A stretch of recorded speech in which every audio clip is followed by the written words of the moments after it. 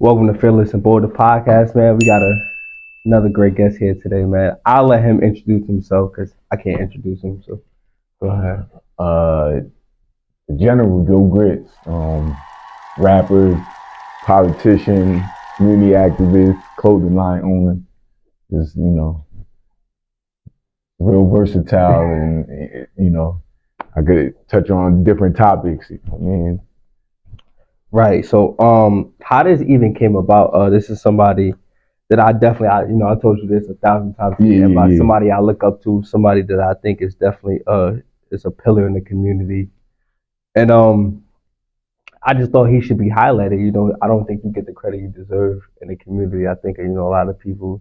It's definitely some hate. Yeah. It's definitely some hate. It's Yeah. definitely some individuals that's upset that you do what you do the way that you do it. Yeah. And like you transition from from the streets to like the office, but you ain't lose yourself. When you go in there, you still grits. Definitely, Like definitely. it ain't you cleaned up just enough to where these people will let you in these rooms, but it ain't like you ain't selling out or nothing like that. So that's something that I always admired about you because like whenever there's a situation going on in the city, not just in Norwalk, because people think you just Norwalk centered, and it's like if there's a situation going on anywhere in Connecticut where you could get to it, oh yeah, we in there, we in there, we gonna speak up about that. So where'd you get that mentality from? Like tell us about how you developed that. The touch base in the beginning of what you said, like what I do is it's a thankless job, like you feel me. So the more I may rub some people wrong with what I do, it's the same amount or more on the other end that's happy, like that appreciate it. So it comes with the territory of just being a public figure. So I take the good with the bad. You know what I'm saying? Knowing like my street side of things. My what I call like my past life. To compare that to this. I take whatever energy come with this. You feel me? Like, you feel me? Right. Even the negative stuff, I still feel like, yo, I used to be on the block, somebody trying to shoot me or ducking the police. So that was more traumatizing for me. This ain't nothing. Sometimes, even when you look on the book and you go back and forth with people, I'm home or somewhere laughing. Like, you feel me? They might be angry and stuff, but I'm looking at it like, come on, man. Like I done been through some worse situations. I seen recently, matter of fact, the day I hit you up about this was when you posted that picture. When you posted the picture, and I felt what you said when you was like, man, we don't think twice when we post celebrities and other public figures. Like, so what's the issue with me posting this? Especially being that it wasn't like I disrespected the person like they dirty. It wasn't derogatory or nothing. You posted the picture. I think people just sensitive to the issue going on right now in Bridgeport. When even the woman in the picture can't. I'm a public figure. Jump into the politics. So anything I do is going to get scrutinized.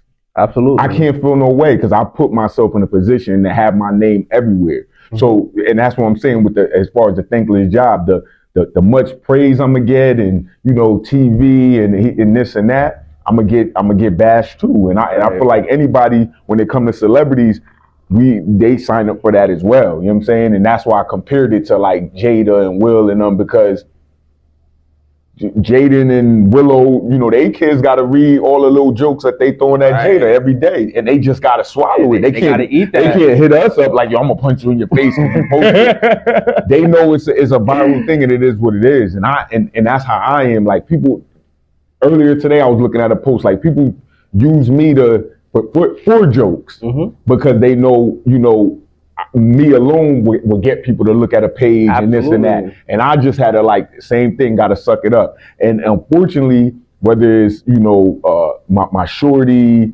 my kids, they mother, my mom, but everybody got to kind of realize that too. So even my brother, like, I see him on posts once in a while and he defended me, but at the same time, he even understand, yo, my brother's in this position. Right. He gonna get it all day. You gotta take it in stride.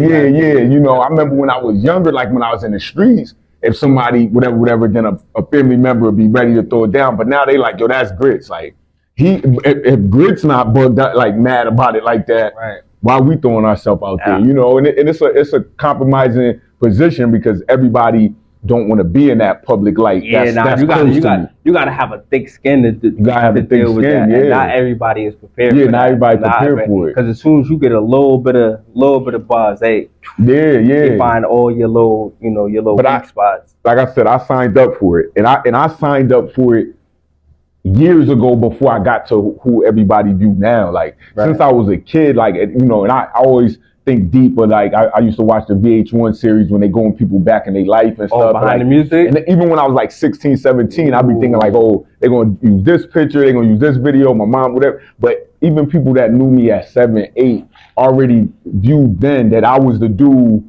that the family would come over, and then I go in the middle of the dance floor and be dancing. I always wanted to be. You used to dance in the not no more. You Jamaican. But I always wanted to be the center of attention. I never was shy. Like talent shows, 7 years old, 8 years old, grabbing the mic, different things like that. So back then, people knew he made for this. Like he built for it. You know what I'm saying? Because I'm shy. I don't like I never was shy. Like I never I'm talking about like 8 years old doing talent shows. Even like in class when somebody fell away or whatever and everybody quiet, I'm the one that stood up. Right. In middle school or whatever and said, nah, we ain't doing this or we don't like that, miss whatever, while everybody quiet. So I always been somebody who gravitated to like being outspoken and all that. So it's nothing, you know what I'm saying? I don't never be nervous. Was that instilled in you, like, or was that like, where was that motivation from, or was that like just in you? Like, yeah, I now as an adult, being around my parents more and viewing them and how they move, and even when I was younger, and now their friends telling me how they move, I view that as it's hereditary. Like my dad, like they never got to where they was on the news and talking, but if you meet my dad, you'll view the comedy that I got, like the comedic side, you know what I'm saying? And the outspoken to say whatever, whether it's to another relative or somebody in the street, and him not, his intention not meaning to hurt nobody, but he just I'm gonna say what I got to say. And that's what I do. Like I don't have no intention like of disrespect. I'm just somebody who's gonna say something. I'm not just gonna let you walk back and forth, and you got a hole in the back of your shirt, and I'm not gonna say, you got a hole in your shirt. I'm gonna call it how you see it. Yeah, so and then on my mom end, it's the same thing. She's more stern and blunt. Like my dad got the comedic side. My mom is the hard, straight-faced Jamaican. Yeah. So that's where the militant, the aggressive side come in, and that's two different people. So you mix them, right, and it create me. And you got your grit. So when did you start rapping? Because I knew you for rapping for quite a long time. Like when I first came outside. Rapping is where I guess the world or the state first took hold of me. But I started rapping, to be honest, probably like 8 or 9 years old, because my older brother who's 2 years older than me, he was rapping first. He was in a rap group. No, LP. Flip is my older cousin. Okay. You know what I'm saying? But they hit Flip, LP, and a few other dudes from around the way, like even relatives of yours, the Burtons, Froggy, you know what I'm saying, Will, you know what I'm saying, Devon, like they was rapping. And I was a younger dude that used to be like on the outside of the room, listening to them in the studio recording. And then when everybody leave, I go in there with my man Bacon and Grits. We are going there, record something, and then we was and even then it was more comedic. We was like parodies. we would, whatever the hot beat out or song out, we'll do it, but then we'll start rapping about food. and that with the Bacon, we would rap about food. But we was nice though. It rhymed. So everybody took a hold of that. That's one thing I can say about you. Like I tell anybody when I bring your name up, like you could really make a song about anything, whatever, anything, whatever. Like that's why I do a lot of jingles. I did Everybody Eats, the restaurant. I did they jingle. I do a lot of stuff like that because you just give me a topic, and that comes from schooling, like my creative writing classes, like where they'll just be like, the chair right there is blue. give us, write 20 things about that chair. Now the average mind gonna look at that chair and just be like, it's just a chair, like it's just standing there. Right. But I'll sit and break down the polka dots on the chair, the way it's shaped. You know what I'm saying? And that's why I took that and put it in the rap, because when I was in creative writing classes, they used to be like, oh, make up a story about Jason and Richard or something like that.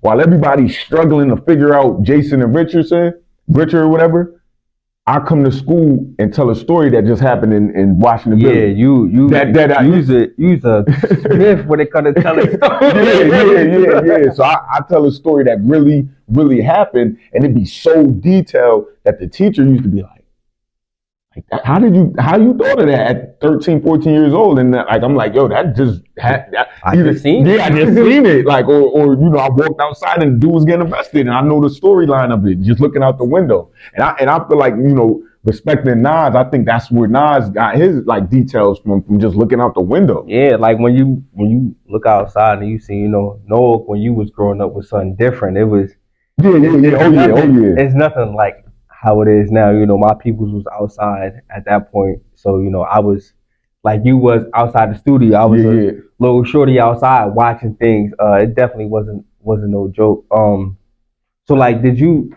like when you started rapping? Like, did you think you would be where you at right now, or was it like just a hobby or something like that? Where I'm at right now, nah. When I started rapping, I probably thought I'd be bigger than what I am right now. You know what I'm saying? I don't think me going to prison shorted my growth with where I'm at today. But I don't regret nothing, because now I didn't think I was gonna be in politics 20 years ago. You know what I'm saying? At the time I was pushing out my first like mixtapes and stuff like that, I believe like, yo, I'm the hottest dude in my city, in my town. I'm gonna blow up. You know what I'm saying? And I was playing ball at the same time too. So I had that dream as well. But I felt like at that time, especially like, being in Bridgeport now, but in high school, middle school, and elementary years, being more in Norwalk, other than the older dudes, I was like the new generation of rapper that it wasn't no other rappers like my age that was taking it serious. And you got to remember, I'm a part of the generation that got it, like left the cassette tapes, because the first thing I ever recorded was a cassette tape. Then I got to the CDs, and then we get to your generation when the streams and all that stuff come in. So when I was in the CDs coming into the YouTube era, I was the only one really pushing it. Now we go to every city in the Connecticut, and you got 50, 100 rappers every city. Right. But when I was doing it to take it serious, be outside of the bar, be on the block with CDs. At the moves. At the moves, yeah. It wasn't, nobody was doing that. You know what I'm saying? So it definitely, I believe I would be bigger than what I am right now. But, me being a God-fearing, a Muslim man, like, the will of Allah, like, inshallah, like, I'm doing what I'm supposed to be doing. So like, you feel like you where you exactly supposed to be at? Yeah. I'm where Allah wants me to be at, not where I wanted to be at. You feel me? And if it was up to me, like I said, from then I would have just took off with this music and went. But because then I never had the vision of activism, political stuff. But like I said, this is the way where God swerved me to. You know what I'm saying? And I'm always work for God. So, and that's where I'm at now, is just doing the work of God. I like that. Like, yeah, activism. That's what really like caught my attention was the activism. I've heard your music, I listened to your music and whatnot, but it was your work in the community, because coming from where we come from, and then represent what we represent as far as what we affiliated with. That's a major part that people forget about. That I'm happy you spoke on that, because I got a podcast interview in a couple of days as well, and me talking to that podcast, I view that he's gonna bring it up in some way, and that's what I wanted to like break down, like the real true foundation of what we represent. I feel like it's what I'm doing. I tell people that all the time. Like, anybody could pick up a gun and go shoot him. Anybody could stand on the corner and sell some drugs. Anybody could go punch a nigga in their face. Right. it take a different type of person to say, nah, come here, let me holler at you. Let me give you this game right here. Let me help you get to where you trying to be without making the mistakes I made. It take a different type of person, and that's something, especially being that, you know, I'm affiliated with the same thing, and I picked up, and you one of the people I watched growing up. So I seen that transition from and that make me feel good. Like, I'm proud of that, whether it's you or 3 other or 10 other, but even you alone saying that, I feel like my work is working. You feel me? It's definitely not in vain, because for somebody like me who watched where you came from, who, again, I was in Washington, I was in D-Block, so I seen, feel me? And then, like, when, like, you touched on you being in prison, so all the things that happened while you was in prison, mainly being, you know, the loss of grade A. That was a major loss. Like, and you could have came home like so many other individuals and be like, I'm gonna get revenge for my man. In my community, that's what they wanted, and that's what they thought. Like, when I came home, a lot of people was upset that you didn't come home on that time, but it was like, that experience at that time was a catch-22. Like, it was a blessing in disguise for me, because a lot of people, I won't say physically turned on me, but they turned on me in a way where they was like, oh, we ain't rocking with him no more, because he ain't out here ruining his life. And that's what I was about to get to. What worth would it be for my men? How would I honor my men if I throw away my life? To just sit in a cell and just be like, like I held it down for him, but now I can't do nothing. I'm screaming his name from a cell, and like from being in the cell. And as current as today, his son being 16, if my homie grade A passed in 08, so we just gonna say hypothetically 08 or 09. I go out there, kill somebody in the name of him. You feel me? Now his son grows up without his father or even some type of uncle or father figure to direct his life. Like, 16 years that it's been till now, I'm able to not give his son a father, but I'm able to show him a man, and that's what true homies, that's what we supposed to do. You feel me? That's what we supposed to do. And speaking to his mom, like, the same thing. Like, it's like, she feel good to know, like, I got somebody to look at that's not my son, but he's leading that dream that my son wanted, whether it's fashion with clothing, because that's one of his things, and then he did rap too. So, you know what I mean? Like, that's definitely, you know, I always like to touch base on that, like, you know what I'm saying, because it's like the true meaning of fighting oppression in the groups that we represent. You know, it kind of went way left and to where now it was a quote unquote a black thing, and now we just allowing just whoever in it, and just whenever anybody can just represent. It don't even matter. Or you don't even have cool to. And you like just fly. Like, you know, you just run into the right person or something. Like, you know, and even now I'll be like, dang, like, you know, we was taking wounds to say we could move like that. It's crazy. I was in the when I seen you at the reunion, I was telling you young dudes out there, like, man, when I was coming up, you couldn't just come outside. You had to fight to come outside. Like, oh, you want to be outside? Come to the back of the car. Like, you had to earn your stripes. It wasn't just because you said you. Even if you was related to people, you had to show. You had to show. Like, you had to show you was mixing with whoever. And at the same token, you had older individuals such as yourself that once they seen, like, oh, he different. Now we gonna mold him. And again, that's something that I always appreciated and respected about you. Is that if you seen somebody that was trying to move in a positive direction, you got behind them and cool. Like, like, I remember when Omi first started rapping. Right. Like, you, cool. This what we doing. Took him under, This what we doing, and to, you know, people on the outside looking in, they might see that he went as far as he went and be like, damn, you kind of showed him. That's dope. It's dope that you acknowledge that and you even view that like, yo, it was, because people don't even realize that when with like, salute to touching money, like when I basically took him under my wing, being another brother of my homie that passed, like it was before the rap. You know what I'm saying? But I was just guiding him once again because I'm like, yo, that's my people's little brother. Like, you know what I'm saying? I gotta steer him right. You feel me? And even when later on when it got to where we at now, and him even representing a different color in an aspect, some people couldn't even understand that. You know what I'm saying? It's crazy because, I speak to him very frequently. I actually talked to him today. But like one thing about him, is he a man. First of all, he a man. All of this shit, he a man. You know what I'm saying? But more importantly, like this shit means something to him. Everything he do, if it don't mean nothing to him, he not gonna do it. So like even with him jumping in the streets, he didn't jump in the streets because he thought it was cool. You gotta remember, by the time he jumped in the streets, he had lost 2 brothers. That's what I'm saying. So it's like, cool. I'm finna show y'all niggas something. But even on top of that, like he a man. So like if he see a man standing on business, like cool. Like I'ma acknowledge that, I'ma respect that. So that's why I feel like that's where he is, where he at.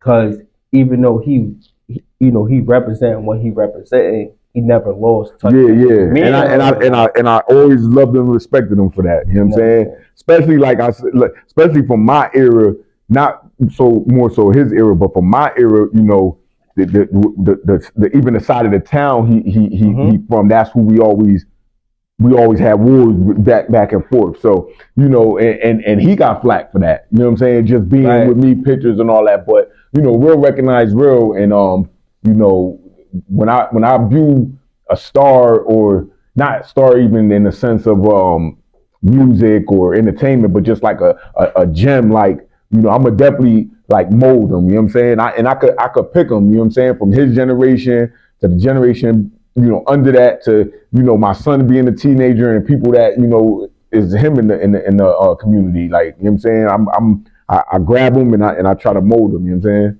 So I got a question for you, right? I thought about this question so much because it's an issue I have too, like with people.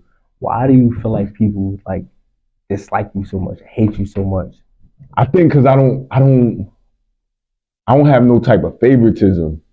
So and I call people out. Like a lot of people is like biased to like if a relative is wrong, I stand beside them but I'm not gonna say he right if he wrong. She right if he wrong. And I'm outspoken. So I'm always jumping in, I give my opinion a lot. And it'd be my unbiased opinion. That's how I feel. Yeah, and I'm always detailed. So I'm not just saying like yes or no. You ask me something, I'm gonna break it down, and in the midst of me breaking it down, it might be something inside of there now you mad at me about. You feel me? So even like you saying that, like today, I had made a post about a new bar lounge that's coming out. And I ain't even say the review, but all I said before I got to do a later review is, I know people, relatives and friends always start off with the food fire, the restaurant, this and that, and it stay lit like that for a week or two, then it die out. So I was just telling people like, do y'all want my review? Because y'all know I'm not gonna be biased to it. Like, you feel me? I'm a keep it 100. You feel me? So people fell away about that. Even knowing that the people that work for this establishment is people I'm cool with. See, and that's why people get mad. Cause the people, like, not saying these people, but in a situation like that, the people I'm cool with is gonna think like, he gonna say the shit fire too. He gonna back the, and I'm not. Nah, if it's trash, it's trash. If it's trash, it's trash. So, and I think that's what it is, man. Like, it's that as well as the opposite of hate is love. So when people view me, if people don't like me a little bit, and they view people loving something I'm doing, then they get so mad. They get the other podcast interview I got, people just been sharing it now because I'm going up there. So just that highlighted me. I'm reading certain comments from people. They're mad because they can't dim my light. Like, you feel me? No matter what the shade, people and it just grows. So that's what it's all about. You know what I mean? But like I said, like when we started this interview, I've been through real hate. When people try to take my life. So this ain't about nothing. So this ain't about nothing. It's crazy because that's what get me through. Like when people, they start little bullshit rumors or whatnot, they'd be like, all right, cool. Yeah. When you my thing is, when you see me, you gotta keep that energy. Yeah. Don't say no bullshit about me and then put your hand out when you see me. Nine out of 10 times it never be like that, especially when it come to like the internet shit. Yeah, of course. The internet is not a real thing. It's not a real thing, but it's real consequences that happen behind the internet, and people don't understand that. Like Connecticut is this big, so when you up there chatting on the internet, if you outside and I'm outside, you know what I'm saying? Right. They say two mountains might never meet, but two men will. Nah, for real. And not to like say I'm invincible, because like I said, I done been shot and been in certain situations where I could have died, but one thing people also respect and get mad at as well is some people talk their shit on the internet and say this and that, and then they hide their hand because they might be from Connecticut but down south blogging about stuff. But me, I say whatever I'm saying, and then I'm gonna post a flyer saying I got a show down the street. I'm the easiest person. I just seen you. God bless his dad, man. LZ Felipe. I just seen you. I just seen you by myself. And before that, in the hood in the mix. I seen you at the reunion, and before that, I think I seen you at a tournament. Like we always. And 9 out of 10 times I'm by myself. Yeah, nah. Now, shorty with me, that might be different, but even in that aspect, that's still a woman. Like, I don't move like I used to move with 100 dudes. I never move like that. And that's what I always respected about you, is that you approachable. Yeah.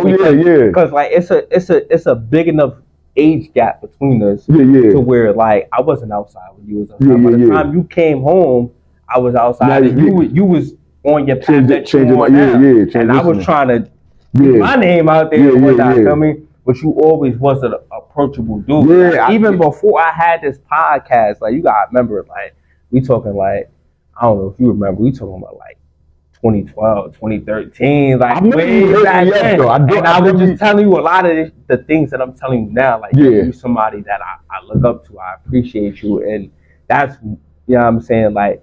So I like that you always been an approachable person. Like you said, if you say something, like you can see me in the street, and if you feel away. It's people that got, like, I would say, a level of status in the community of Connecticut like me, that on the other hand, you can't approach them. You DM them, they never going to DM you back. You view them in the street, they might dap you, but they're not going to sit there and politic with you and stuff like that. I just never been that way. Yeah, it's a politician from actually from our city. I ain't gonna say his name on camera. But I hit him to come on a podcast months ago, like he's somebody, he's in my he's in my age bracket, and I was like, yo, bro, I like what you doing. When it comes to politics, you gotta remember, and that's why I refer to myself, I use the gangster politician, but I'm a different type of politician. It might not even be personal to you that he denied the interaction to come up here, because they don't want to be put in a certain light that I'm not afraid to be. Right, but from being what we affiliate politics is everywhere. You learn that. That's one of the first things that you learn, that homie ain't your homie. No, definitely. That's what it is. The person might be thinking like, I don't know what he gonna ask me. That might mess people up. Be scared of that.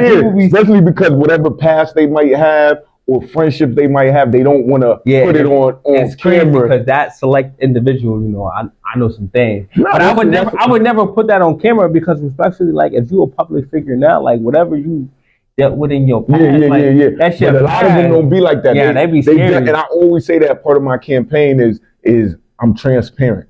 You can ask me anything. Like I literally just been watching politicians in my city in the last few weeks do interviews, and they duck the questions and this and that. Now, like I said, and that's why I always say maybe I'll never be the perfect politician, because politicians are are made to like lie and go around certain things.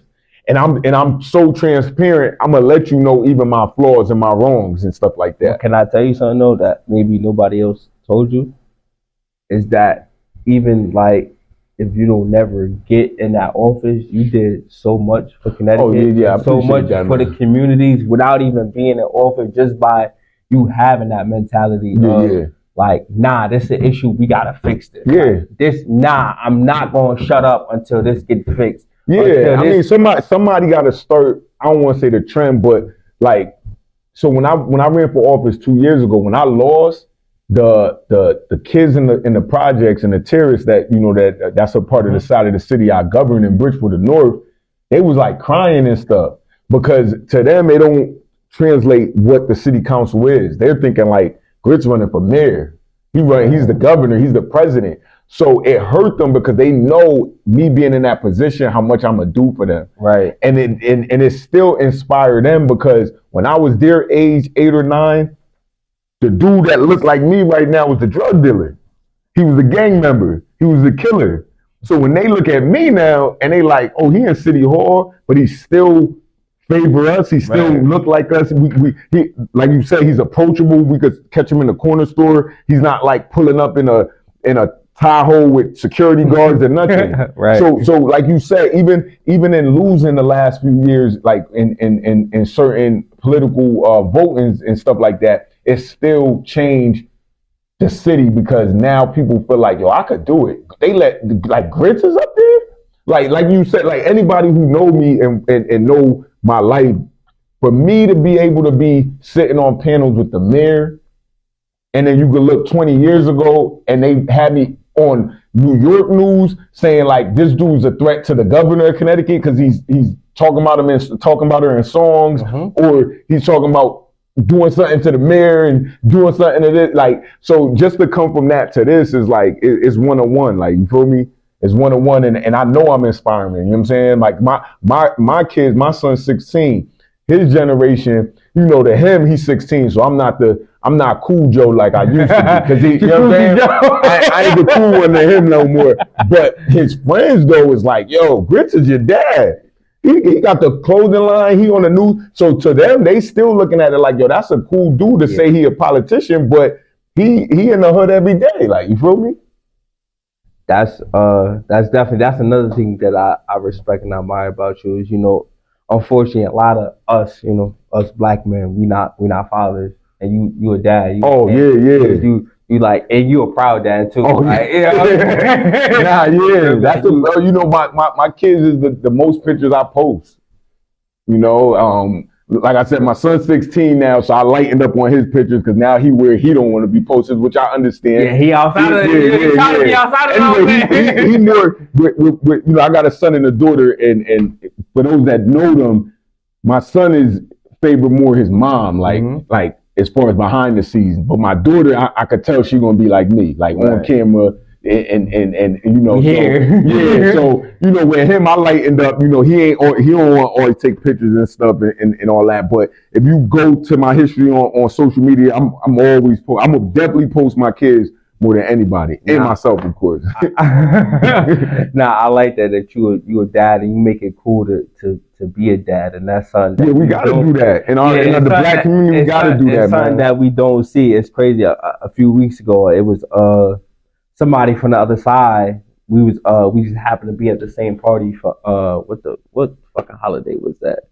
Labor Day. Oh, okay. Labor Day. Yeah, we happened to be at the same party, and I went and grabbed my son, and like that reaction, like, oh shit, because you know it's my first son. So, you know like, to see that for him, for just everybody there to see that, they was like, oh yeah, that was the coolest thing I could have did. When I go to school, to my daughter's school for like meetings and stuff like that, you know how like shocked they be to view me come in, like her, you know, her mom there, but then it's like sometimes they'll be like, if they don't personally know me, they'll be like, who you here? Like they're shocked to view a black father that's up on his, you know what I'm saying? And I you know, attribute that to my pops. Like I was blessed to have a 2-parent. Yeah, home. That's what it is for me. I tell people all the time, like for a small period of time, I had both my parents in the household. But then even after they broke up, like my dad was still a dad. Like my father was still same up, thing, man. You know what I mean? Listen, at my age, my dad. Matter of fact, when this interview over, I gotta hit my pops up to go help him with something. Like my pops from birth till now, to the age I am now, he always, you know what I'm saying, been hand in hand with me. You know what I'm saying? And that's how I try to, like, you know, me and him is way closer now than we was at the high school rough stage where I kind of went left. That's why I kind of be, you know, telling my son that, like, you know, I don't want him to get into that, you know, because now I talk to my dad like, yo, you right. You was right about this. You was right about that. Certain friends, we pointing at old pictures and he like, I told you. I think I'm at that stage now. I'm at that age now where I'm realizing certain things like my parents used to tell me. Like, it's like I caught myself saying something to my son, and my mom used to say to me, "I'm like, damn, I'm getting old." That's how I feel. That's why I said, like, to my son, I'm not the cool one no more. Like, you know what I'm saying? Because now, you know, it's just like we was. You know, once you get, you know, start to get a little hair on your nuts and everything, and your underarm, you know, you start feeling yourself and all that. But you know, the best thing we could do is just keep pouring into our kids, man. And one thing I do that I notice other activists and different things that our community don't do, like they get so caught up in with their work that they forget about their kids, and their kids go left. Just like how they used to say, like, the pastor's son or the pastor's daughter be the wildest one in the hood. Wow. You know what I'm saying? So I try to make sure, like, I can't tell you or your son or whatever how to move about in the streets and different things like that. And then my son is the killer. Yeah, right. You feel me? So I try to pay attention. Yeah. Be rad. For real. So that's something I'm deep into. So, you know, I want to address real quickly this Marcus Means thing. Okay. It's wild. But when we was talking about the hater joint, it's like this year I probably got 4 like real like everyday 24-hour grits haters, like where they just. So you feel like he one of them? Oh yeah, nah, definitely. Yo, so I'm gonna say this, right? So I know you personally. Yeah. I know him personally. Yeah. Like, so when I listened to the song, cause I ain't gonna lie, his song went viral. He was smart with it. He kind of stole my move a little bit. You know what I'm saying? Cause I did similar like 5-6 years ago. But yeah, go ahead. I mean, it was a well orchestrated play to where I'm gonna say everybody in. Like I told you in the inbox, and I say this shit on camera. Everybody he mentioned could really rap. Yeah, no, he did. And rap better than him. That's why I say he made a smart move, because he didn't just mention every rapper. He mentioned the spinners. He mentioned the shoulder too. Yeah. We need you on here, man. Salute Shoulder. We went to high school together. Yeah. Me, him, and Brillo, and that's what he named it the song. Word, You know what I'm saying? That's crazy. And people feel however they want. But you know, my high school class with the rappers is like, at least in Fairfield County, is me, Brillo, Sholey, Dana White. Like one of the top spitters in this county is people I was in the cafeteria freestyling with. But anyway, to go to him, but he mentioned people that's gonna draw attention. If he would have mentioned the Tom, Dick, and Harry's from wherever in the city or county, everybody would have been like, yo, who is he? He like and just like I was saying in the beginning of the interview, people do that with my name. Whether it's a Facebook status, it's clickbait. You put grits, it's gonna make people laugh or make people like, cause I'm got that thing around me where it drags people in. So if I get some hate from this, I'm calling you like, yo. Oh yeah. I mean, yo, listen, whatever the caption, you can put whatever. It might, you could take the most gravitating part of what I say here and put it as your caption joint. And I bet you it's gonna draw people to watch. Nah, it's crazy because he didn't think about it in the song. He didn't even say nothing really too bad about me. He was just talking. Like, it was everybody else. He made it, but with mine, he said, "I got holes in my whip," which he didn't go into detail of how he even know that. Like, so when I got shot at in 2019, I believe 2018, 2019. My Buick got shot up real bad, but like I said, I'm a God-fearing person. I was in the car when it got shot up. It got shot up 5 times like in my driver door area, nothing hit me. You know what I'm saying? Now, me just being, I won't say ignorant, but me just being the type of person that I kind of got a little cocky way, I didn't even get rid of the car. I drove it around for like that whole year. You know what I'm saying? Like I'm just on some like, I'm still breathing type. Yeah. Like, look what you did. Like on the dog shit. Yeah. Shots. Yeah, and, no, seriously, because even when it happened, the whatever your assailant, suspect, whatever you want to say, people probably thought I died because just the way I moved about and it looked like I probably crashed. But me, long story short, I kept the car, and Marcus Supreme, whatever you want to regard him as, he asked me for a ride, and I gave him a ride because at that time we was both living on the same side of the city in Bridgeport. Right. And I gave him a ride. So he is right. I do got it, but I don't know all his homies, but even my homies, we know people who ain't survived their car getting shot up. So not to be gloating like it's a badge of honor, but to me, it's like I don't mind that. Like it's all good. The people I know that got holes in their cars dead. They can't sit here and talk to you about it.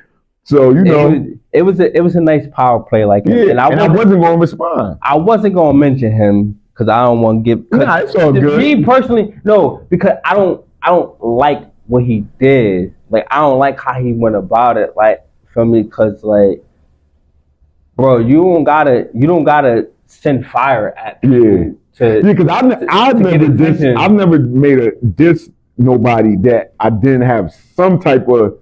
Me and him was straight before this. He just used us for bait, and that's why I wasn't going to respond. I only respond because I got an album coming out. Did he say something about what's my man name? Did he said something about Annoyed too, right? That was in the second song. But the one with first of all, the one that my name is in, it's only a minute song. So he knew what he was doing. It was a quick. He said, "My name Brillo Sholey, Ty Henny from New Haven." Yeah, why he mentioned Ty Henny? That's my man. I fuck with him. Like he hard. Yeah. You need to do something. Yeah, it's so wild. Like I said, I went to school with Sholey. We done been in clubs together, the barbershop, kicked it, talked, and all that. And I haven't done a song with him, Brillo, Ty Henny. None of the great, even Fuego Bass. Like these are dudes that I communicate with off the mic. If you listen to my projects, I really don't be having features. Nah, you don't have features. You don't have features. But I like Sholey, and it's a dude that I gotta look at my phone. Matter of fact, I didn't even want to touch my phone, but it's a dude that he posted a while ago, and he was like, dudes need to get in touch with him, and I wanted to say his name on my platform. Man, the dude, what do you do? He a rapper. Where he from? He from? I don't know where he from, bro. He like I want to say like a Wu-Tang type of dude, man. Like oh man, I can't find it. A while ago you posted it? Nah, he didn't post him a while ago. Smooth Haynes. Oh, Smooth Haynes. He been him. I fuck with him too. He from Hartford? Yeah, he from Hartford. I like him. Yeah. I ain't gonna lie. I DM'd him and told him I want him on my show. Cause him? Yeah. He got his right now. It's like he's doing like the little series where he always do the clips of the freestyle. He get that feeling. You gotta remember. Ghostface. He got like a ghost face. Yeah, he paint the colors and all that. I'm a 90s baby, so like I'm right there. Like, so I still get the golden era hip hop from Nas and Wu-Tang and Jay, and like he give me that feeling. Like, cause you know, that's definitely not like a Nas, AZ, Ghostface. Yeah, my brother 42. So okay. So I grew up in the house listening to that. You know what I'm saying? Same thing with me. Like, you know, my brother he just turned 40, my oldest brother. And so I grew up listening to that like you said, that early 90s to mid 90s, like Nas. You had to spit. You had to say something. You had to be saying something. So like, and it's sad, my generation of rappers, predominantly the men, are so much trying to cater to the young generation that they rapping like they, you know, 22. I can't do that. I can't do that. But I'm somebody who always got to be detailed and say something. I can't just throw anything out there. So that's always been my thing anyway. Yeah, Smooth Haynes, I like him. I fuck with him. Yeah. So I didn't know he was from Hartford. I used to live in Hartford, and that it's treacherous out there. Everything they say about Hartford is that. I used to live out there at the south end and the north end, and then shout out to Hartford. Yeah, definitely. I contact him for you if he ain't never hit you back. He never hit me back, but that's somebody I definitely want to connect with. I definitely want to pick his brain and talk to him just from like the images that he be painting with rapping. He remind me of like a mix of like Nas and Ghostface. Yeah, he's more so Ghostface because he's so smooth with it, and it's he's like intricate with the word, like the wordplay and shit like that. And me being a writer myself, I don't do music, y'all, so don't try it. But me being a writer and me being very paying attention to detail, the picture that he painted, like everything, like from the cup to the watch to the shirt to the and how he put it over there, the opulence. He paint that picture, and it's like you could close your eyes and just envision what he's saying. I love that. Like I listen to music that I could, even if he from fucking Morocco, if I could place myself where he's spitting that and put like that's. But I tell people in my music, that's why I've always been one who either like whether I name drop a name or name drop like a street, because I want to paint the picture when you're listening to it that you're like, okay, I walked down Park Ave in Bridgeport. I was on South Main in Norwalk. I was on Atlantic Street in Stanford. You know what I'm saying? Like I make sure I detail it because you got to. Because when we listen to Jay-Z, we never hustled in Bed-Stuy. Like we don't know Nostrand Ave and stuff. I mean, we probably caught the train out there. Yeah, but you don't know the in and out, the day to day. So that's a perfect segue. So they redid D Block, like and being a D Block native. Like, how you feel about that? Because when you go there now, it look like it look like Manhattan over there. it's a catch-22, man, because I love that place. Like, I got my first ass whooping there. Like, probably bagged the first female there. Probably, whether the ass whooping from my parents or somebody in the street, everything is there. Like, that's the foundation of me. So, it's a catch-22 because I miss it, but then I also know that a lot of pain happened there too. I got my first time getting shot was there. So like people died there. It's poverty there. Like people was on food stamps, people was on welfare, all types of stuff. So the fact that a lot of them got vouchers and moved different places, a lot of them just moved, like me, just moved out of that area and doing better. It's cool. It looks nice, but it kills the essence because, like I said, I got a daughter. My son is 16, so he was able to go out there. I brought him out there. He played, and even us not living out there, I used to bring him out there definitely in the summer because I didn't want him to be housed. I wanted him to get slammed to the ground and get that experience. Yeah. So my daughter being six, she I think they knocked it down when she was like born. About 5 years ago. So 2018. I went away. Yeah, she don't know. She don't get that experience other than me showing her videos, and that's why I'm happy. I probably shot the last 2 music videos out there that anybody shot. Right. So the buildings, and I definitely miss it because, like I said, I always had this dream I'm gonna be on VH1 behind the music, and I feel like I always had that dream that I'll be able to walk with the camera crew and say, yo, like this was my old apartment. Right. I can't do that no more. So I ain't gonna lie, when I went there, because they started knocking it down in 2018. Right. And I hope you might know, but the people watching this, until they knocked it down, that was the oldest projects in Connecticut. Washington Village? Yes.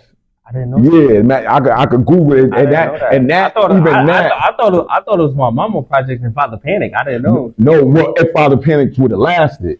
Probably. I think Father Panic. Yeah, Father Panic ain't last too long. Yeah, it didn't last long because that's where my mama from. She went from Father Panic to the Terrorists. You know what I'm saying? The Terrorists. That's crazy though because when I went there 2018, I went there on some humbug shit. Like I was with an OT joint and we just ended up in Norwalk. I think we was going to the city and we just got off on the exit and I went there and I was like, yo, let's take a ride through my hood. I went over there and I seen they was knocking it down, and I ain't gonna lie, I should have teared. I should have a couple tears. We kept the bricks.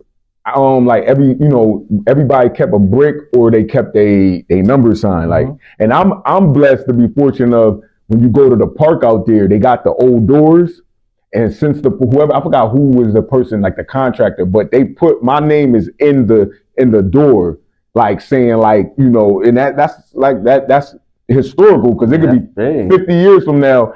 That door is gonna still have my name in there. Like a few people that from out that way, which I always wanted them to do something for grade A, like a statue or write his name on that basketball court or whatever. But I mean, that was that was. I feel like if he was still here, man, y'all would have been streets would have been in trouble for sure. Like for real. But you know that but I never like to say if, because at the same time, if he was still here, who knows, I'll probably be still in the street. You know what I'm saying?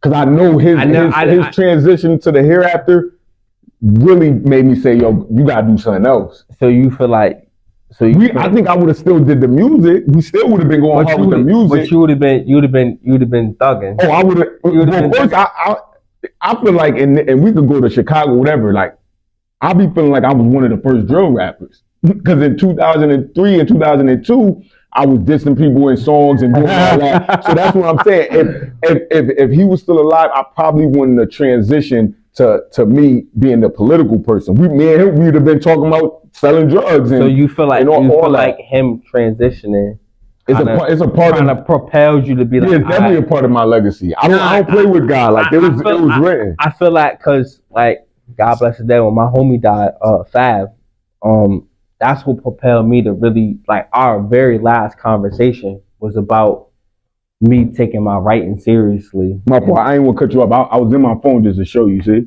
it is the oldest public housing development in Connecticut. Shout out to D Block though, Day Street though. Yeah. Feel me? Shout out to that. You know what I'm saying? Shout out to that though. Feel me? You know what I'm saying? Oh, see, it went down 2019. Yep. Yeah, I was away when they finally locked it down. I was away. But I feel like because when Fab passed, like our last conversation was about me taking my writing seriously, which is why my podcast is named Fearless and Bold. That's in commemoration of him. So like that's another way where I connected with you. Yeah. You got the grade A music. Yeah. A commemoration of grade A. It's people that it's kids that might never know who grade A is, but they know grade A music. It's people that will never know Fab, but they know Fearless and Bold, which is what his name stood for. And actually, my next book is named after him, Fearless and Bold. First time, second chances. That's somebody who, he showed me what this thing is about, and like he didn't show me from a distance. He showed me firsthand. Like he picked me up and like really day-to-day activities. You know what I'm saying? Like I said, anybody could pick up a gun, anybody could tell you some, give you some drugs to sell, but he showed me like how to, it's a balance. When you're in the streets, it's a balance. You got to be able to balance that, and he showed me how to do that actively. But at the same time, he encouraged me to like, yo, bro, you better than this. Yeah. Better than this. He didn't glorify that way of living. You know what I'm saying? So I definitely feel like him passing, he passed. Like I was in the middle of pushing my books and pushing my poetry. Shout out to Nate, that's my cousin Nate. So like he passed like I want to say like 3 days before I was supposed to go on One Love Radio. Oh, okay. And like I wasn't gonna go. Like bro passed, and I'm like, I ain't for it. And I never forget, like my business partner, one of my great friends, Gordy, shout out to Gordy, he called me like, yo, G's, where you at? And I'm like, I'm on the block. I was still in the streets at the time. So he like, the fuck you doing on the block? I'm like, man, listen, I'm trying to get this money. He's like, yo, bro, like, what's the last conversation you and bro had? And then like hit me like, yo, bro, he told me to do my book shit. So why you on a block, bro? He like, you know what? I'm coming to get you. And he pulled up. I don't want to disrespect God, argue with Allah, none of that. Like things happen how it happened, man.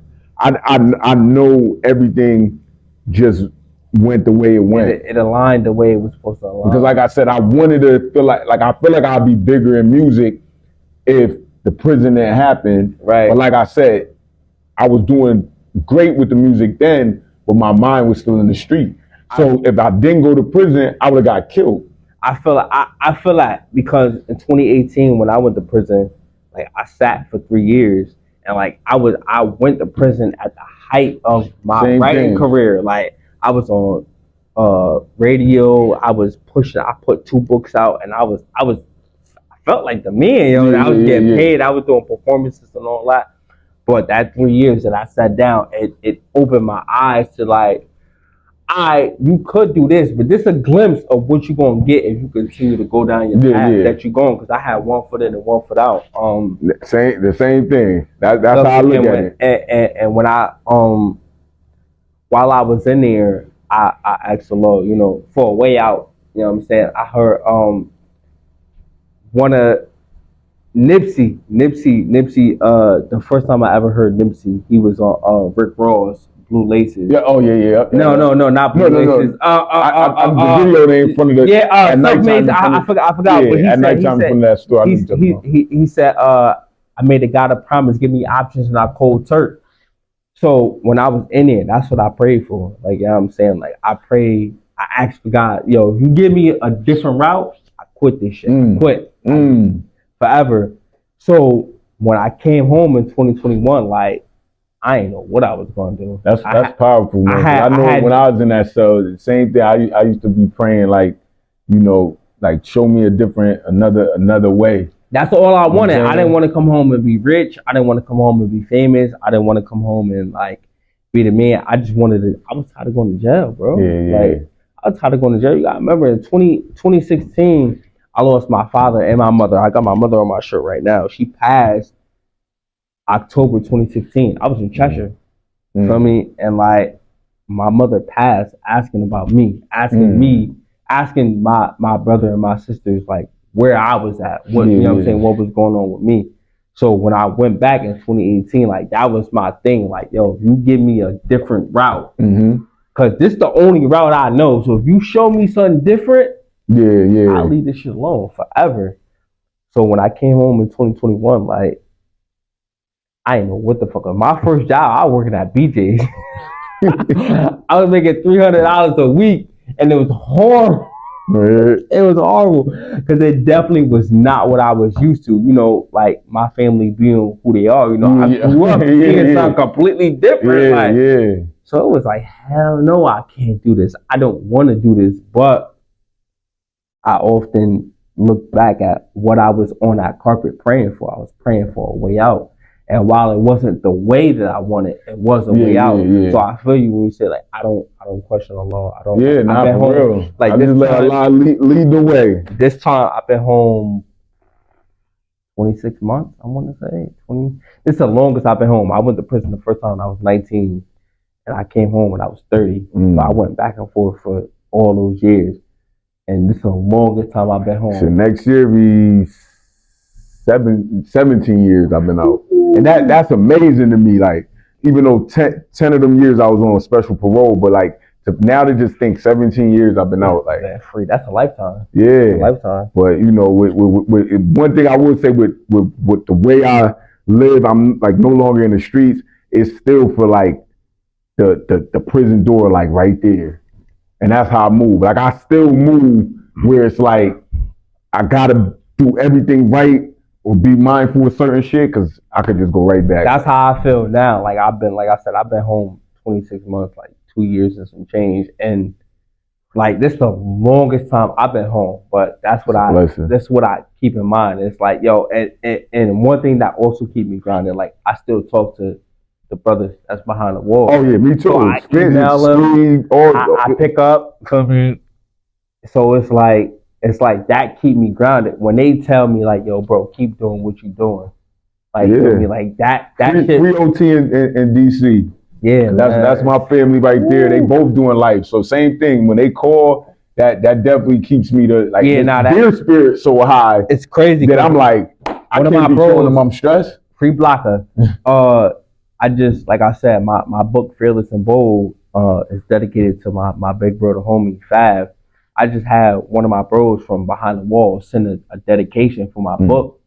And that made me feel good because, you know, like you been behind the wall. So, you know, like when your man's doing something, that's the shit. You get on the phone like, yeah, my man just went here, my man just went there. Yeah, we telling the COs and everything. Like, for my mans to be able to say like, yeah, bro, outside writing a book, and he asked me to put something in his book. Like, to me, I feel like the man, because it's like he not doing life, but like when the book drop and he get that book and he able to open that book. My album cover, just on the credits on the back, I always put free whoever. Like, so like you said, like when I send that album cover up the way, or somebody else do, and one of the homies view that, like, and they able to see that, like, and you know that whole weight there anyway, because you get the shows like I told you he do it. Yeah, you can flex, and it's tangible. It's tangible, and whether they doing life or they got a couple months to come home for them to see, like, yo, my bro doing something productive in life, right,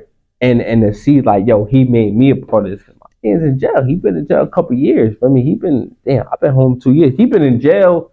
He was locked up before I came home. I've been home 2 years, some change. But for me to make him a part of that, and for him to be able to view that and open a book. That's big. And to view his name and his words, you know what I'm saying? I mean, no, they not dead, but they behind the wall, so they not, you know, we call this the free world, so they living through us, like, you know what I'm saying? Absolutely. So they love it. And that's another reason why I did it, to let him know, like, yo, you there, but remember, like, you got something to come home to, like, it's people such as myself that's moving in a positive direction. So I'm not just on the phone or on an email telling you, like, yo, you gotta come home and do right. The people in the free world that view what we do, they don't even know that we're either establishing something for somebody when they come home, or just giving guidance. So when they come home, like, look, I view them doing it, so I could do the same thing. And I know it. People, like you said, they might not give me the credit for it,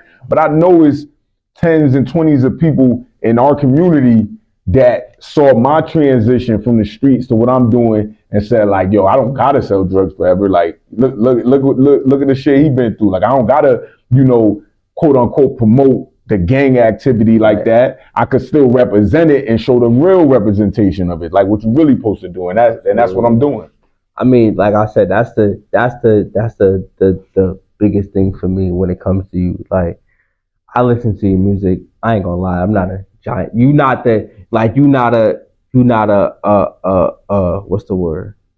How I put it? You like not a mainstream lyricist, but I like the way that you tell stories. And like I said, you could write a story, you could write a song about anything. But the fact that, like, you able to transition, and you so transparent, and you show the transition. Like, often people, you know, like, we in this era of started at the bottom, got it out the mud. Like, if you follow you able to see your mud. You able to see the transition. And I tell that people all the time. Anybody new I meet, I tell them to go and listen to something from 2004, 2008 when I got out, and then listen to something now, and you would literally know my life story. Because I every chapter, every album is more into the present. So when you listen to something today, you're not gonna hear nothing, not even close to 2004 or 2008 or 2010. Because now I'm in this political format, so my music is reflecting that. That's what I'm speaking on. You know what I'm saying? And I like that. I like that you show that growth is possible, it's attainable, is, you know what I'm saying? And I like one thing, you don't mind giving credit to other people. You know what I'm saying? Like, you don't mind giving other people their flowers, whether they hear or not. Shout out to Dolo. You know, long live Dolo. You know, when I go to, you know, he's resting at the same place my mother is at. Oh, okay. Yeah. So salute Dolo, man. My manager, man, passed on. Whenever I go there to view my mother, or Dub, rest in peace, Dub, and he's actually right there next. Like, if you at Dub gravesite, you can look, and Dolo's right there. Like, so I go visit him often. You know, that's not somebody that I knew personally. I didn't have a personal bond with him, but it's somebody that I know was another pillar in the community. But that's one thing I also admired about you. You don't mind giving your flowers. You don't mind giving flowers. While he was living, and then definitely in his passing, like, I definitely do. And he's a part of my success. When I do things now, I definitely, you know, got to bring him up. Like, you feel me? Because when I got out of prison, you know, not having money and stuff, like free studio time, and just guiding me, taking me from being in the mix of the streets and saying, like my first radio interview, things like that. He just pulled up in his, what he had at the time, like a Hummer, and just told a few of the niggas that was rapping, like, yo, come on, we going to New York. Right. Threw us on the radio. You know what I'm saying? He never charged me for none of that. You feel me? So, yeah, I'm always big up Dolo, man. Definitely one of the. I watch those interviews. I watch, you know, I watch a lot of your interviews. I watch a lot of your old videos and whatnot. Hits from Grits TV. Feel me? Like, see, no, things like, I'm happy you said that, because things like that, people would never give me credit to what we view today with podcasting and all that. High school years, I was putting shit like that. Yo, it's out. crazy. Before YouTube, I always say, I wish I would have thought of YouTube. I had a series. Shout out to Supreme, man. My man Supreme. I had a series way back at like, I want to say like 2013. Nah, not even like 2012, bro. SupremeTV.com. We only give a fuck about us. My man, that's actually no funny. That's actually who like completely introduced me to Islam. Oh, okay. Because prior, I don't know if you know my cousin Guns. Yeah, that's my cousin. Yeah. So like, I never forget, we was in BCC together. So we was in the gym, so they called church. They called church. So I was like, yo, cuz I'm about to go to church. And he like, you going to church? He said, yo, you a Christian? I said, yeah. He said, you a Christian or auntie a Christian? And it messed me up, because I'm like, Guns always inside, because when I converted, we was in there together. And I'm like, what you mean? Like, I'm a Christian. He said, you sure? So he gave me the Quran. He said, yo, listen, I'm gonna give you this Quran. You was at North Ave at the time? Yeah, I was in county. He said, yo, I'm gonna give you this Quran. He said, yo, I'm not gonna tell you what to read or how to read it, nothing. Just keep it and pray for guidance and understanding. And when you finish, give it back to me. And I ain't read it at all. I ain't read it at all, because I'm like, man, cuz tripping. Like, I'm not gonna read this shit. But he planted a seed. So going through, I ran into the 5% and whatnot. And, you know, they like a branch. Yeah, branch out. Yeah. So they, you know, they giving me knowledge and whatnot. So I'm like, oh shit, you know, I might need to pay attention to this. And through me going back and forth, I got deeper and deeper into it. And it's crazy. I ain't seen Guns in a minute. But when I took my Shahada, like, he is somebody that I always kept in mind, because like, you took your Shahada in North Ave? Nah, I didn't. Okay. So when you was there, Hassan was still the imam? Yep. Okay, yeah, because I took it through him. I was bougie. Okay. I was bougie. I waited till I came home to take my Shahada. That's even better. I waited till I came home. You know, inside everybody just feel like you just doing it. Yeah, and that's exactly why I didn't take it, because, you know, from being in prison, you know, a bunch of people say, you know, people go to jail and they turn Muslim. Yeah. But it wasn't until I got introduced to Islam that I understood why us coming from the lifestyle that we come from. It resonates more with us. Like, I tell people that all the time. You want to know why? Well, you know why, but other people don't, because it ain't no room for faking. Muslim, you gotta be Muslim. Yeah. And that praying 5 times a day, no matter what's going on, we could be talking. Time. Till I come in. Yeah, I gotta go. And it hold you accountable, and it hold you, you know, and make you. I just stopped at a basketball game. I forgot a couple years, like 2 years ago, at a basketball game. They had to like sub me out right on the. Right by the bench and everything. On some Philly stuff, right? Yeah. Say Ramadan, all that. But and that's what attracted me to it, is that it's the discipline. It's no room for miscellaneous shit. Yep. If this what you doing, this what you doing. Mm-hmm. And like, for me, it's crazy, because I gave my son. It's crazy. All my kids have Arabic names. Oh, like my daughter, her name is Sanaya. Okay. So when I named her Sanaya, I wasn't even like, I was just introduced to the deen. But I had no clue that was an Arabic name. I just liked the name. You know what I mean? The dopest names be mostly Arabic. But when I found out what it meant, I'm like, yo, Allah he was trying to tell me something even back then. The sign, when you start thinking about it, signs probably was there, because now when I think, I'd be like high school, certain things, and like, A lot of Ben was I look at certain things and I look like, all right, cool. That's why I did this. And that's why. But my son, I consciously named him Amir Yasir. Oh, yeah, okay. The chosen prince. You know what I'm saying? Because that's where I want to propel him to. Yeah, I was, I wanted to, change my last name and all that. The only reason I never did is just like so much love and respect for my father. Like, you feel me?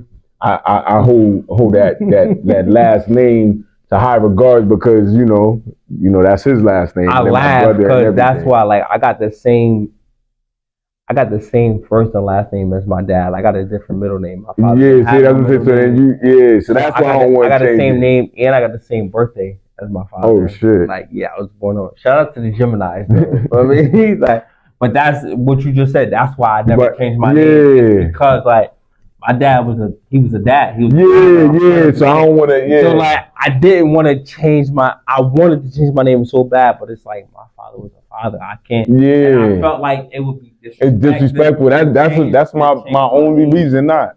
And my brother, I know he felt the same. Otherwise, I'd have been Charles Sotto, like on paper, I know a different name. So what's next? I know you got an EP on the way, or got an album. I got my new album probably be out next month. I'm running behind because I just been doing everything. But the Hypocritical 2, because I dropped the Hypocritical album last year, the Hypocritical Gangsta and Political album. This one is the Hypocritical More Gangsta Than Political album. So that'll probably be out next month. It's election season, so the election November 7th. So I'm juggling, go vote. Even if you ain't Bridgeport, it don't matter. Every city, Hartford, New London, Stanford, New Haven, Waterbury, like everybody got an election November 7th. So get out there and vote, learn who the candidates is. I'm running for City Council, 135th District, North End and Bridgeport. Yeah. You know, it's crazy. My birth mother is from the Terrace. I'm originally a Terrace dude. Don't tell nobody. Y'all don't tell nobody. Trouble laugh. But so I got that. I got the album. Winter season, more Walk 19 clothing. I got the clothing line, so I'm pushing that. More shows. I've been, more shows is coming up. Just more adventures, man. I got like different things I'm trying to do. My shorty got like a podcast she gonna put together, so I'm gonna help her with that. Dang, man. And then being a father, like at the end of the day, I got that. I won't say it's a job, but that's a full-time thing. Like my son plays sports. That's a job. My daughter trying to find her way. So I just all of that. Like I got so much mixture, and I'm probably gonna forget something because I love jumping into different adventures. So I did a comedy show like 3 years ago. I did one, and it went real good, and I never did it again. So I want to do that again. Hopefully, I don't know, whatever promoters out there could, like, we could set something up because I love comedy. That's my real natural born gift. I learned how to rap. I learned how to do everything else, but being humorous, I'm born with that. I just from morning till night. So yeah, that's what I got going on, and helping the community, man. Helping the community. I got things going on every day in Bridgeport where I gotta stand up for my people. You know what I'm saying? And everywhere else, like I seen a 15-year-old got killed in Hartford like the other day. Then you got rapists I'm reading in Stanford, and Norwalk got shit going on. Waterbury got shit, all types of zombie land out there. Like, so I'm any help I could have to the people. I'm working for God. So that's what I'm doing. So for the people that don't know you, which is not a giant group, but where can the people find you at? Tell the people where they can find you at. All social media platforms, Joe Grizz. I keep it simple. I don't use my 10 other aliases. It's just Joe Grits. You know what I'm saying? Because I got so many aliases, like Jacuzzi, the General, Mr. I don't give a fuck. I got so many different aliases. You know what I'm saying? But Joe Grits, simple. JoeGrits on Facebook and Twitter and Instagram. But when it comes to the music, you just gotta put that $, the $S. So JoeGrit $S. And even now I'm on TikTok. You know what I'm saying? TikTok? Yeah, man. No way. And I'm learning TikTok, like the money in TikTok, like especially with the music. I seen my nephew put me on that. I seen you on TikTok because I got you and I got Merk. Shout out to Merk, man. Yeah, the homie. I got Merk up there, man. I got to do something with him too because he got a lot of knowledge too. He got the rap poetry thing. Yeah, without the beat. I love what he's doing with that. I love that, man. Shout out to Merk. Yeah, we definitely